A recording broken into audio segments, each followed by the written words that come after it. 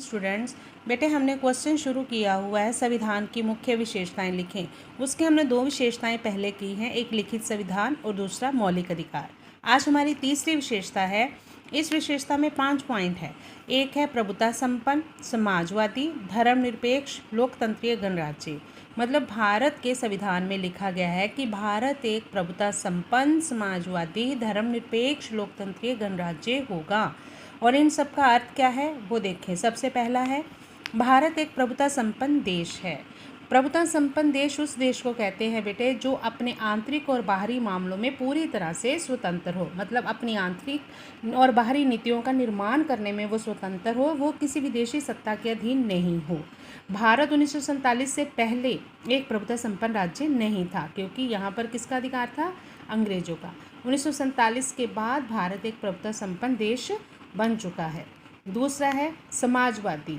तो भारत एक समाजवादी राज्य है। समाजवादी राज्य बेटे वो राज्य होता है जिस राज्य में अमीर और गरीब के अंतर को कम करने की कोशिश सरकार द्वारा की जाती है, और ऐसी कोशिश की जाती है कि हर व्यक्ति की जो है वो मूलभूत ज़रूरतें पूरी हो सके, जैसे रोटी, कपड़ा, मकान हर किसी को मिल सके। ये काम सिर्फ समाजवादी राज्य में ही होता है और भारत में भी ऐसा ही किया जाता है, इसलिए भारत एक समाजवादी राज्य है। धर्मनिरपेक्ष है आगे शब्द तीसरा। धर्मनिरपेक्ष का अर्थ क्या होता है बेटे? भारत एक धर्मनिरपेक्ष राज्य है। धर्मनिरपेक्ष का अर्थ होता है कि किसी भी विशेष धर्म को राज्य धर्म नहीं माना गया होता। मतलब राज्य का अपना कोई धर्म नहीं होता, और वहाँ पर रहने वाले सभी नागरिकों को धार्मिक स्वतंत्रता दी जाती है ताकि सभी व्यक्ति अपनी मर्जी से कोई भी धर्म अपना सके, और भारत में ऐसा ही है। भारत एक धर्मनिरपेक्ष राज्य है। धर्मनिरपेक्ष को इंग्लिश में बोलते हैं सेकुलर स्टेट है। ठीक है। प्रभुता संपन्न सॉवरन है, और समाजवादी मतलब सोशलिस्टिक है। और आगे है फोर्थ लोकतंत्र। भारत एक लोकतंत्रीय राज्य है। लोकतंत्र मतलब डेमोक्रेटिक राज्य में क्या होता है कि हर व्यक्ति जो 18 वर्ष से ऊपर है या 18 वर्ष का है उस व्यक्ति को वोट देने का अधिकार दिया गया होता है ताकि वो व्यक्ति अपनी सरकार खुद चुन सके। लोकतंत्र में लोगों की सरकार होती है। ये मैंने आपको पहले भी क्वेश्चन करवाया है कि लोकतंत्रीय सरकार किसे कहते हैं।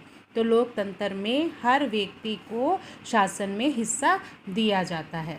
और लास्ट है पांचवा, गणराज्य। गणराज्य वो राज्य होता है जिसका मुखिया प्रत्यक्ष या अप्रत्यक्ष, ये भी मैं बता चुकी हूँ आपको। प्रत्यक्ष डायरेक्ट इलेक्शन, अप्रत्यक्ष इनडायरेक्ट इलेक्शन। जो लोगों द्वारा चुना जाए वो प्रत्यक्ष, और अप्रत्यक्ष जो लोगों द्वारा ना चुना जाए। तो दोनों में से किसी भी तरीके से जो है वो राज्य का मुखिया चुना गया होता है। और आपको पता है हमारे भारत का जो मुखिया है वो है राष्ट्रपति, और भारत का जो मुखिया है राज्य का राष्ट्रपति वो लोगों द्वारा अप्रत्यक्ष रूप से चुना जाता है। इनडायरेक्ट वे से राष्ट्रपति जो है वो चुना जाता है, प्रेसिडेंट। तो इस तरह से भारत के संविधान में मैंने 5 आपको बातें बताई हैं कि भारत के संविधान में लिखा हुआ है कि भारत एक कौन सा राज्य है? प्रभुता संपन्न, समाजवादी, धर्मनिरपेक्ष, लोकतंत्रीय और गणराज्य। ये 5 पॉइंट आपने अपनी कॉपी पे लिखने हैं और याद भी करने हैं। इस क्वेश्चन को बाकी हम कल पूरा करेंगे। अभी ये क्वेश्चन कंप्लीट नहीं है, अभी ये कंप्लीट नहीं है, इनकम्प्लीट है। ओके बेटा।